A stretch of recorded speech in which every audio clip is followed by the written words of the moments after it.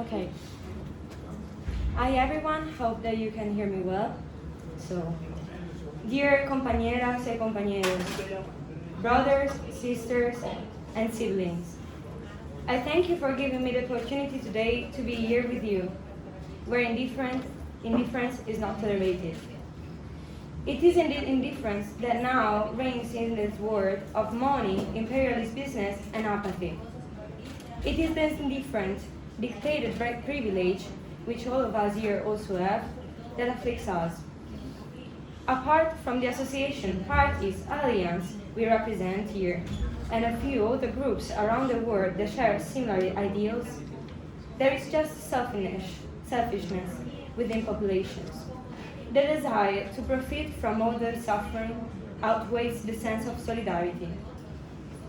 After the defeat of Nazi fascism, it is in recent years that the indifference of the strongest towards the weaker has been most evident.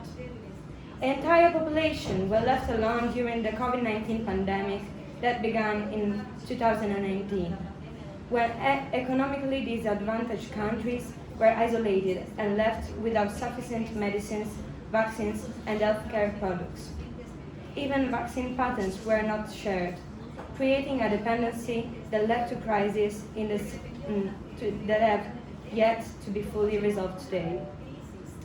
This has been the case in the Central and South America, and in much of the Eastern world. But despite this, Cuba has always had a strength driven by a sense of solidarity to support and materially assist other countries, particularly Italy, in its darkest moment, when dead bodies were being collected by vans. We will never thank Cuba enough for all this. We see the indifference of the imperialist world again now with the war in Palestine.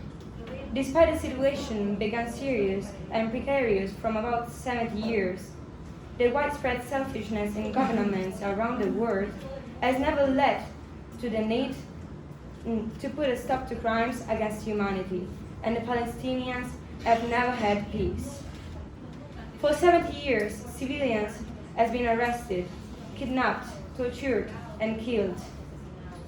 Children are taken away from their families, and women are raped and abused.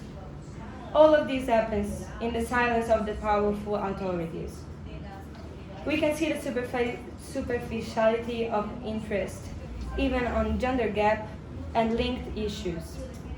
Women are left to themselves, with fake freedoms not supported by rights, which are the only weapon able to guarantee the results obtained in centuries of struggles.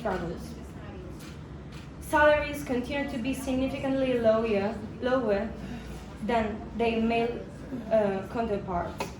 Abortion is still considered by many governments as a murder. But if a woman becomes pregnant, probably she will immediately be fired. Domestic violence and feminicide do not decrease, but reports are rarely taken seriously by the law enforcement. We see the same superficiality towards workers and students. The number of deaths in workplace remains stable, and the implementation of new safety measures at work is continuously postponed or not carried out by governments. The cost will be too high and not worth spending to save workers' lives.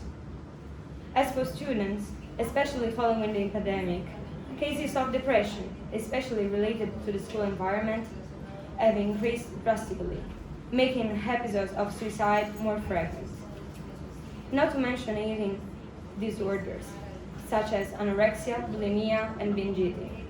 However, it's not given the right weight to these situations. The appropriate prevention and information measures are not implemented, and there is even less implementation of a psychological support system for these families. All these different problems are simply regarded as senseless whims, the product of our spoiled generation.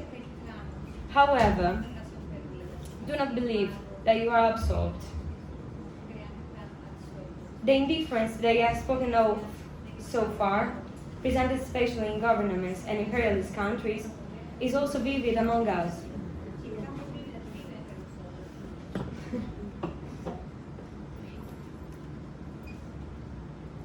Thank you. Okay. Is also vivid among us. I think it is therefore right now only to be proud of some of our key choices. But it is also important to focus on the issues present among us and in the relationship between old and new generations. Probably most of those present here and members of the various groups you represent think that the new generation is not interested enough in the problems surrounding our world and that we are not fighting for our future. But that is not the case. Much of our generation struggles daily to overcome the obstacles that stand in our way and afflicts our societies. But we are often not listened to. Only a few determined individuals truly care about what we have to say. As a slogan always present in our protest in Italy says, we want to be the loud and strong shout of all those who no have a voice anymore. We have shown our willpower and interest with worldwide movements, such as Fridays for Future and Black Lives Matter.